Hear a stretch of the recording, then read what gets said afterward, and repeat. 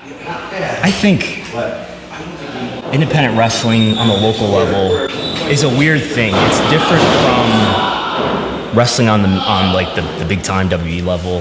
There's a lot of like weird stuff to it, and a lot of it is around like, you know, there's no money in local independent wrestling, which there's very little money in local independent wrestling.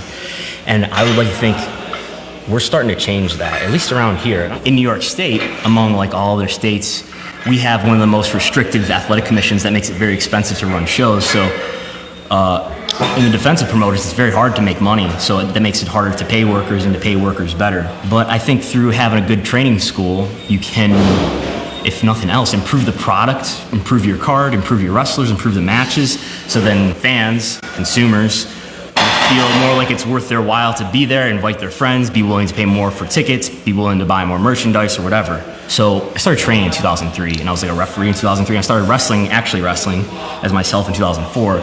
And like when I started wrestling, and still today, in many ways, it's more like a social club than it is like a workplace, even though we use the word workers and we talk about it as if it's a job, which I think is a healthy thing. Yet on the other hand, I think it's very much, people use this word family and and there is, and that's a great thing that there's all this bonding and camaraderie about it. But I think we also like, there's a lot of people not wrestling for any money. So like what I would like to see and what I think is happening around here is we're trying to turn wrestling into less of a club where you hang out with your friends and more of like a workplace. Whereas like you imagine a workplace, like you might not like everybody at your job. You might have some really great friends at your job too.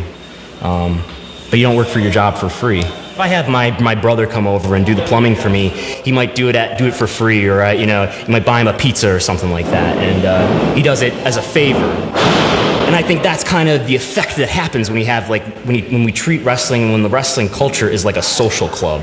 There's a propensity to do a favor for this guy that you like, who happens to be putting the show together, and you all want to work together, and it's a family, and it's a favor, so you do it for less money or no money than you would otherwise. As opposed to like when we treat it more like a workplace, we expect to get paid, and we still will bond and be friends with people, and I think a lot of people in wrestling will develop connections with other people that they may have maybe for the rest of their lives. I don't know. I've heard cynical stuff too, in wrestling, where like, people say, if you end up with one friend after you're done with wrestling, that's a big thing, because wrestling's very impersonable.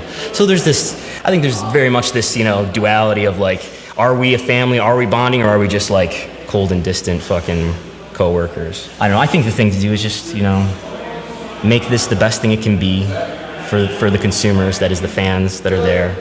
Try to make good money for the workers, try to make good money for the promoter, try to build the brand of the shows that you're on. And I think what's happened too, especially in the early days of wrestling, it's by no means eliminated. When I came up in training, it wasn't that bad, but I've heard things like in training where like, stand in the corner and let everybody chop you. All right, everybody line up and chop the new guy and fuck him up and hurt him, which I think is, unnecessary and unacceptable.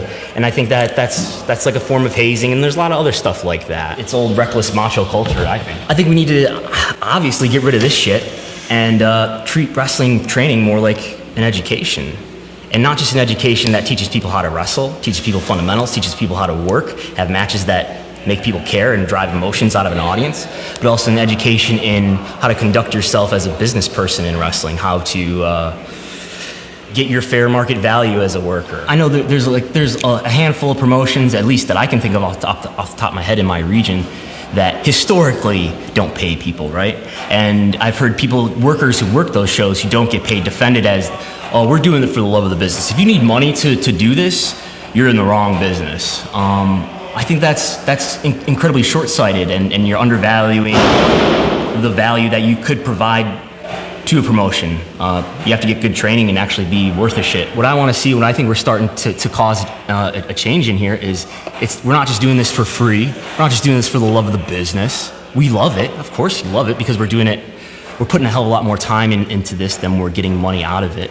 But it's turning into like $0 into like, you work a show, it's like working a job for a day in terms of the money that you can get out of this. Maybe not right away, maybe not in the first year.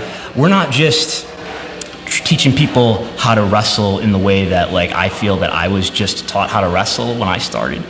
and the way that I think it's probably still the case in many wrestling schools throughout the country.